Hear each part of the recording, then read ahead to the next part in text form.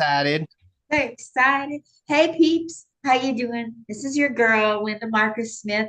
I made it back from New York. Had to skip Nashville because they don't Hmm. know what a snowplow is. Ooh, Nashville. Google it, Nashville. Anyway, got home, put my makeup on. Yeah, and I'm here doing another little quick interview. These are quick and easy for you to focus for like 15 minutes. You can do this, folks. Whether you're watching it live or after the fact, doesn't matter. It doesn't even matter what you're wearing from the waist down. Who cares? Nobody cares. We found that out in the pandemic. Nobody wants to see it either. No, Chris. thank you. So thank you for watching this. Share it. Please share it to anybody who is military, police, fire, first responder, anybody who's going through a lot.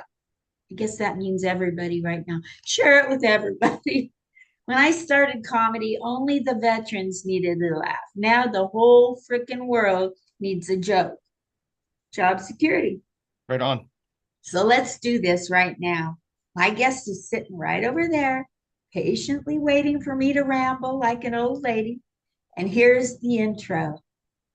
Welcome to the stage, somebody that made it into the Good Karma Festival, and his Yes. name is Chris Morano. Let's talk to him, you guys. Come on, let's do this. Hi, Yes. Chris. Hello. Hello. Hello. Thank you for having me on. Appreciate it.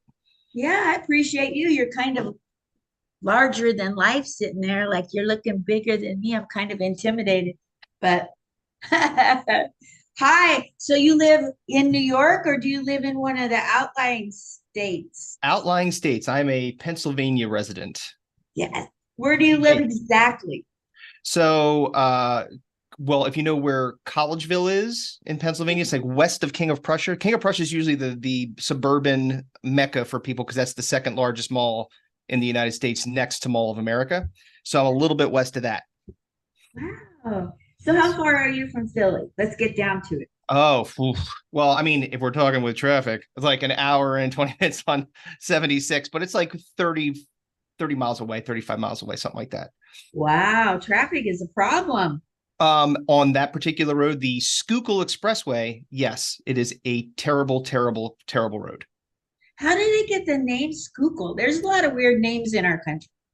Well, I don't know where the specific, I believe it is potentially an Indian name, but I do know that Schuylkill is the river that runs right alongside of that particular highway.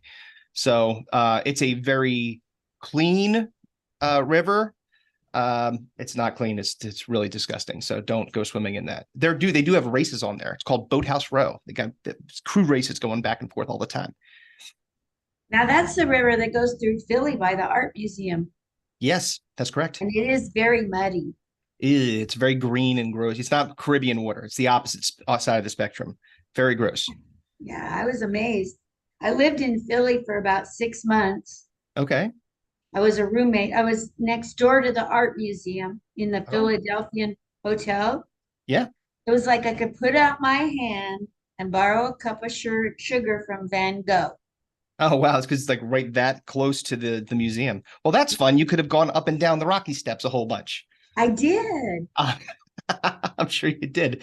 It's a great location. I used to live in Center City. Well, not Center City, South Philly, North, and a little bit of the top end of Center City for a period of time. So I did live there for a period of time. But living in the city is definitely a younger man's game, and I think that's getting out of there and getting into the suburbs is which would you do? You migrate to somewhere it's a little bit quieter, not people yelling at each other at 8 o'clock in the morning to move their damn car. So. Exactly. I get what you're saying. So tell the people, all two or three that might watch these, tell the people out there, what is it like where you live? Like, do you like are you out there in the bushes with corn and cows or what's going on? Well, no, it's interesting. So when we moved here, like, I don't know, 8, 12, 15 years ago, it was very underdeveloped. And just like anything else, as soon as the developers see land that can be built upon, buildings start popping up. And that's exactly what happened here is they started to add a lot. So it was it started off where we didn't even have one pizza place that delivered to us, which was very difficult decision to move here with no pizza that's readily available. But then, as over time, it actually got rather developed. So it's not a lot. There's no cornfields or anything out here. I'm not like in Lancaster type area, but more true suburban. It's got everything that you could possibly need and want, and it's all within a throwing distance. So it's fine. It's not that bad. Oh, great. Well, I'll tell you this. I never met anybody from Philadelphia who couldn't chatter. They could talk your ear off. Yeah, so I'm so glad to hear. No wonder you're doing a podcast. Tell people about your podcast. Yeah. So Digging in the Dome is a podcast. We are a podcast that is featured on Roku and Fire. It's a comedy podcast, a pop culture podcast. I come from a background of radio, so I've always wanted to start it. And of course, like most people, right around the pandemic is when I decided this is the time to launch it.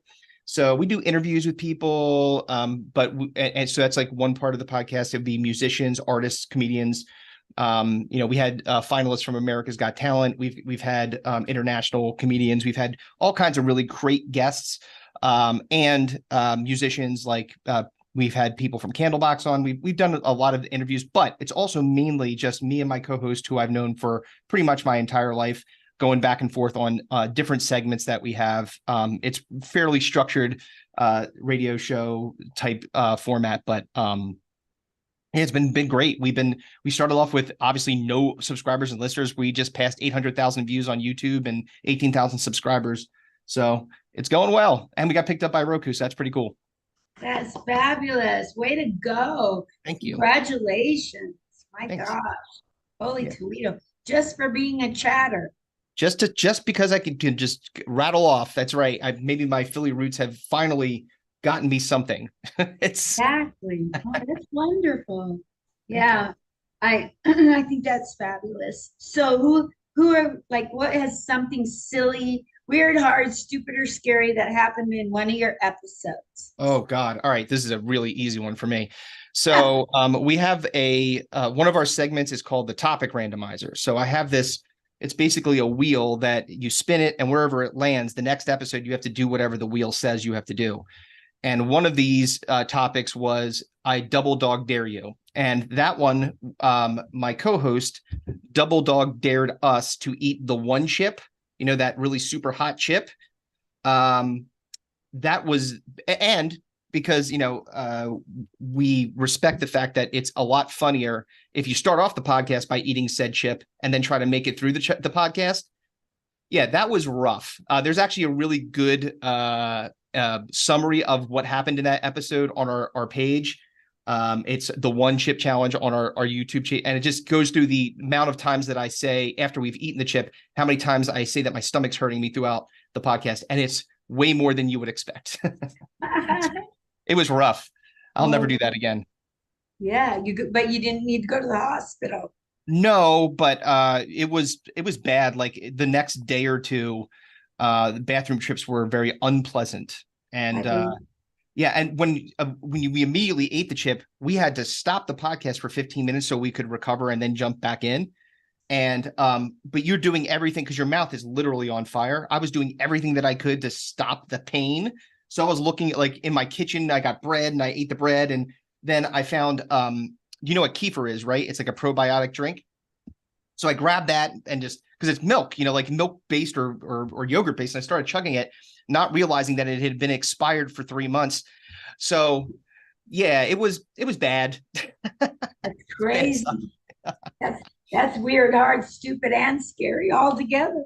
Yeah, it was bad news, but it is very funny to watch back now that it's past. I would never do it again, but So doing your podcast at your level, like a few notches above my little thing, that must involve a lot of effort on your part, like money.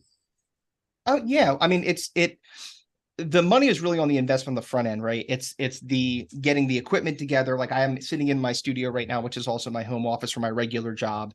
So it's very easy to be able to do this. Yep, you good. 1 second. I gotta go speak Spanish. All right, she's going to speak Spanish. We'll see what happens next. What will happen? Will she come back? God willing.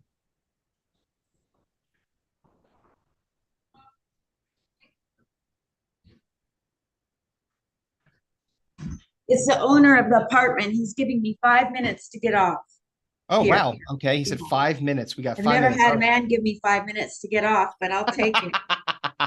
Well played.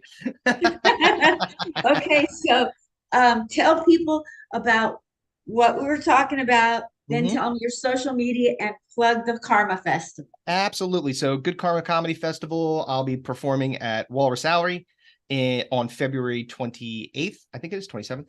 Um, and it's very exciting. It's my first comedy festival, so I'm pumped to do it.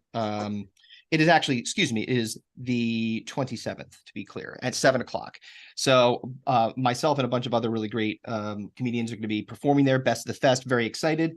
And if you want to check out my social medias or the social media for the podcast, Digging Dome, not Digging in the Dome, unfortunately, because they took that. So DIGGINGDOME.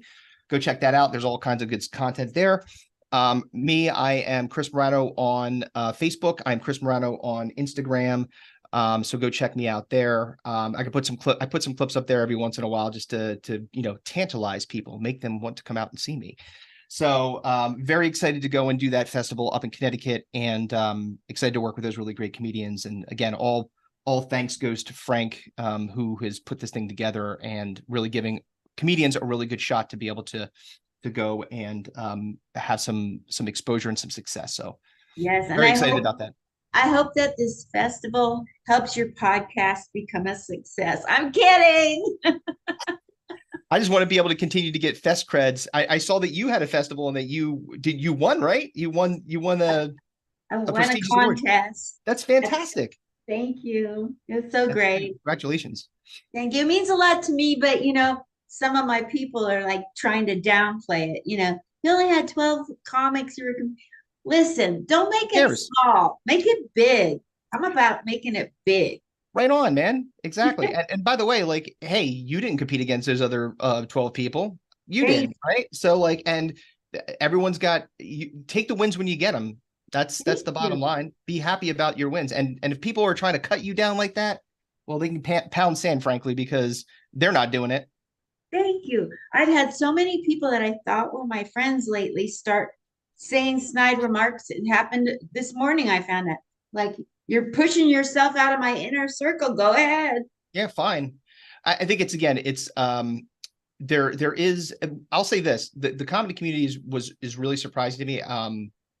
In that it's very I'm not shockingly supportive, but it is very supportive mostly, right? But there are people that really do, they look at someone's success and they don't think about how can I get that success, or talk to them and say, how did you get that success? What they say is, well, your success isn't really success.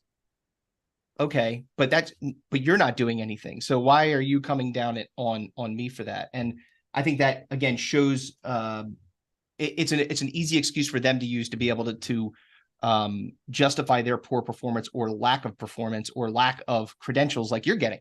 So I Thank don't you. like that one bit. Whoever said that, beat it. Thank you. You've been a doll to be with. Thank you so much for coming on. My Thank you, pleasure. Frank, for these interviews. I Thank you. appreciate you so much. And good Much luck in the appreciated. festival. And Thank you. Hope to talk to you soon. if you get to Vegas, let me know. I'll try to pass your video on to people. I would love that. Thank you so much. Yes, Have bye. fun.